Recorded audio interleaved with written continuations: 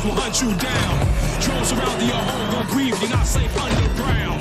Political landscape shape has been polarized. Now it's time to rebuild the zeal. Everybody breathe, get mobilized. Trying to buy the American dream, but it's overpriced. $5 billion for the fighter jets being shipped to the Middle East. And of course, $10 billion more